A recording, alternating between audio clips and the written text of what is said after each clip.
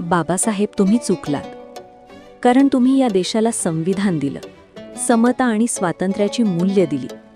तुमचा अपमान करणाऱ्यांना राहू द्याच ना गुलामगिरीत. स्वातंत्र्यता देऊन पण तुमचा अपमानच होतोय. बाबासाहेब, तुम्ही चुकलात. कारण इथल्या स्त्रियांसाठी मंत्रिमंडळाचा राजीनामा दिला. बाकीच्या मंत्र्यांसारखी करायची होती ना तुम्ही सुद्धा मौज मजा. कारण इथल्या स्त्रियांना तसाही त्यांच्यासाठी तुम्ही केलेला संघर्ष माहिती नाही. बाबासाहेब, तुम्ही चुकलात. कारण तुम्ही हिंदू कोड बिल आणलं. इथल्या मायमाऊलीला पुरुषाच्या खांद्याला खांदा लावून उभं करण्याचा प्रयत्न केला. वारशाचा अधिकार असेल, संपत्ती, घटस्फोटाचा अधिकार, अशा अनेक अधिकार देण्याचा प्रयत्न केला. पण त्या स्त्रियांना तुमचं महत्त्व माहिती नाही. बाबासाहेब, तुम्ही चुकलात. कारण 15-15 तास काम करणाऱ्या कामगाराला दिवसातून फक्त 8 तास काम दिलं जावं यासाठी तुम्ही कायदा आणला. 7-7 दिवस काम करून थकणाऱ्या कामगाराला तुम्ही 1 दिवसाची सुट्टी दिली.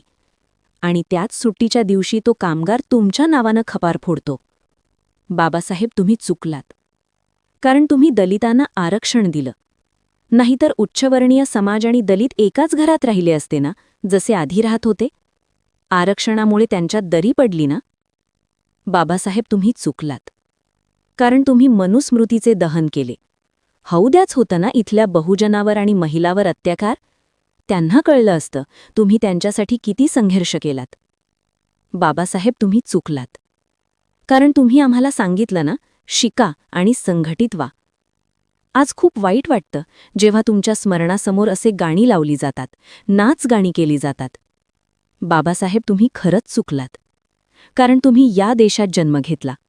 या देशासाठी एवढं जिजालात आणि तेच लोक तुमची पुस्तकं जाळतात. तुमच्या विचारांवरती प्रश्नचिन्ह केले जातात. तुम्ही जर दुसऱ्या देशात जन्म घेतला असतात, आज तिथं तुमची सोन्याचे पुतळे उभे केले गेले असते. तुमच्या नावाचे शहर असते. तुमच्या नावाचे विद्यापीठ असते. आणि तिथं जगभरातनं लोक आली असती अभ्यासाला की जगातला सगळ्यात महान विचारवंत कसा होता. बाबासाहेब, तुम्ही खरंच चुकलात.